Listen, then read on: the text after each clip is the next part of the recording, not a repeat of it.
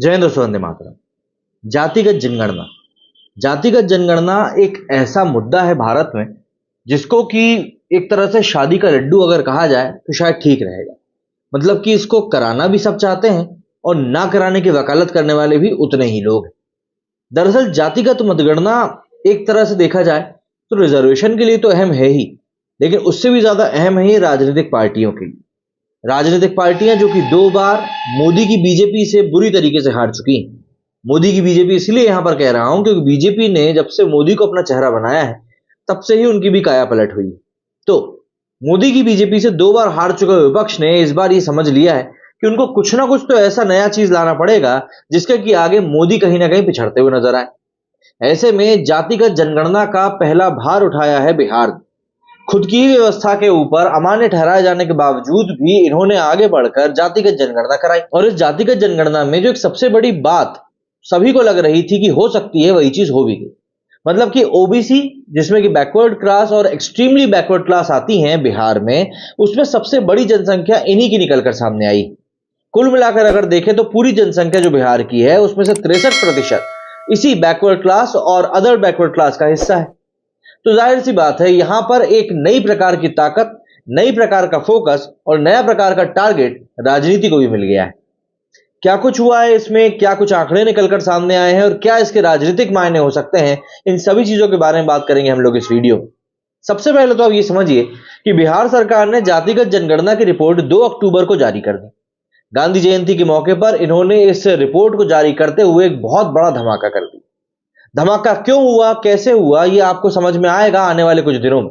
यदि आप भारतीय राजनीति को समझते हैं तब तो आपको समझ में आ जाएगा, लेकिन अगर नहीं तो कुछ दिनों का इंतजार करिए, आपको पता चल जाएगा कि बिहार में जो ये बहुत बड़ा कदम उठाया गया है, इसके आने वाले जो दूरगामी परिणाम होंगे वो कितने ज्यादा अलग अलग परिणाम लेकर आएंगे और कितनी अलग अलग चीजें भी करवाएंगे।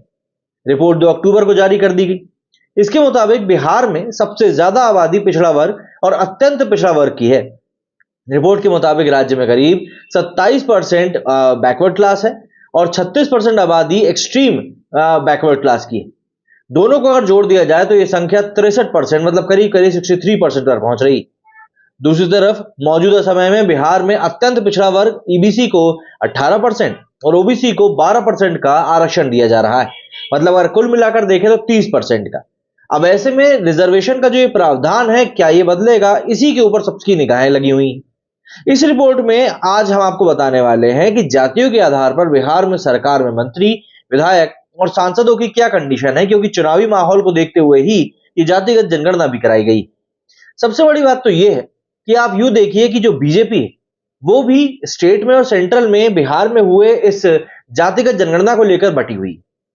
बिहार में जो बीजेपी है वो चाहती थी और वो उन 9 दलों में भी शामिल है जिन्होंने की जातिगत जनगणना का सपोर्ट किया था, लेकिन सेंटर में जो बीजेपी है उन्होंने साफ तौर पे इसको लेकर मना कर दिया था। अमित शाह से जब मुलाकात हुई थी 2019 की बात है आई थिंक, तब तो उन्होंने सीधे तौर पर बोल दिया था कि नहीं, इसकी कोई जरूरत नहीं। मौजूदा समय में बिहार में सबसे ज्यादा मंत्री पिछड़ा वर्ग के ही हैं। बिहार सरकार के मौजूदा कैबिनेट में लगभग 55% मंत्री ओबीसी वर्ग के। इनमें से केवल यादव जाति से 23% मंत्री हैं, जबकि एससी, सवर्ण और दलित जाति के मंत्रियों की हिस्सेदारी लगभग 17% है। अगर सवर्ण की जातिवार स्थिति को देखें तो ब्राह्मण, भूमिहार और राजपूत की मौजूदगी 3% से भी कम है। बिहार के मौजूदा विधानसभा में सवर्ण विधायकों की संख्या लगभग 26% है। इसमें राजपूत जाति की उपस्थिति सबसे ज्यादा है, इनकी संख्या लगभग 12% है। राजपूत के बाद भूमिहार आते हैं जो कि 9% है और ब्राह्मण विधायकों की उपस्थिति लगभग 5% के आसपास है। वहीं अगर हम बात करें ओबीसी की तो बिहार विधानसभा में ओबीसी विधायकों की संख्या लगभग 42% है। इनमें सबसे ज्यादा यादव जाति के लगभग 21% है, वैश्य 10% है, कुशवाहा लगभग 7% है और कुर्मी लगभग 4% है। जबकि एससी की उपस्थिति 16% है और एसटी की उपस्थिति 0.9% है, मतलब कि 1% से भी कम है। वहीं अगर हम लोग मुस्लिम विधायकों की बात करें तो इनकी संख्या लगभग 8% के आसपास आती है। पार्टियों की स्थिति देखें तो सबसे ज्यादा सवर्ण विधायक बीजेपी के हैं, तो सबसे ज्यादा ओबीसी विधायक आरजेडी के हैं। बीजेपी के लगभग 12% विधायक सवर्ण जाति से आते हैं, जबकि 11% विधायक ओबीसी कोटे के हैं। इधर आरजेडी के लगभग 19% विधायक ओबीसी वर्ग के हैं। इनमें 15% अकेले यादव समुदाय से हैं। आरजेडी में मात्र 5% विधायक सवर्ण कोटे से आते हैं। वहीं सत्ताधारी जेडीयू के लगभग 4% विधायक सवर्ण और 7% विधायक ओबीसी। कांग्रेस में लगभग 3% विधायक सवर्ण और लगभग 1% विधायक ओबीसी के कोटे से। बिहार के सांसदों में जातियों की हिस्सेदारी देखें तो अति पिछड़ा वर्ग के 7, एससी वर्ग से 6, यादव 5, कुशवाहा 3, वैश्य 3, कुर्मी और कायस्थ 1-1, राजपूतों के 7, भूमिहार के 3, ब्राह्मण 2 और मुस्लिम समुदाय के 2 सांसद हैं। अब यहां पर हम 3 पॉइंट में समझने की कोशिश करते हैं कि इस जाति आधारित जनगणना का सामाजिक और राजनीतिक असर क्या हो सकता है। सबसे पहला तो यही है कि क्षेत्रीय पार्टियां अब केंद्र पर जाति जनगणना कराने का दबाव बनाएंगी, क्योंकि अभी तक जातिगत जनगणना के लिए केंद्र मनाही करता रहा है। दरअसल centre for the studies of developing society के प्रोफेसर संजय कुमार कहते हैं कि जातिगत जनगणना की रिपोर्ट से यह बात तो पता चल रही है कि ओबीसी की आबादी जितनी अनुमान लगाई जा रही थी उससे ज्यादा है। अब बिहार में क्षेत्रीय पार्टियां केंद्र सरकार पर दबाव बनाएंगी। बिहार एक ऐसा राज्य है जिसने इस तरह की गणना की और इसके आंकड़े भी जारी किए। ऐसी जनगणना देश भर में की जाए, केंद्र पर इसका दबाव बढ़ेगा, ये बात तय है। दूसरी बात आती है केंद्र की सरकारी नौकरियों में आरक्षण बढ़ाने की मांग एक बार फिर से सर उठाई। संजय कुमार आगे बताते हैं कि सबसे बड़ी डिमांड केंद्र सरकार में नौकरियों को लेकर होगी। सरकारें मांग करेंगी कि ओबीसी को केंद्र की नौकरी में जितना आरक्षण दिया गया है वो कम है। बिहार में तो 30% है, लेकिन सारा खेल केंद्र की नौकरियों के बारे में। अभी केंद्र की नौकरियों में 27% आरक्षण है, लेकिन गणना के जो ताजे आंकड़े सामने आए हैं उसमें आबादी 60% है। अब इसकी चर्चा होगी कि आबादी 60% है और आरक्षण दिया जा रहा है मात्र 27%।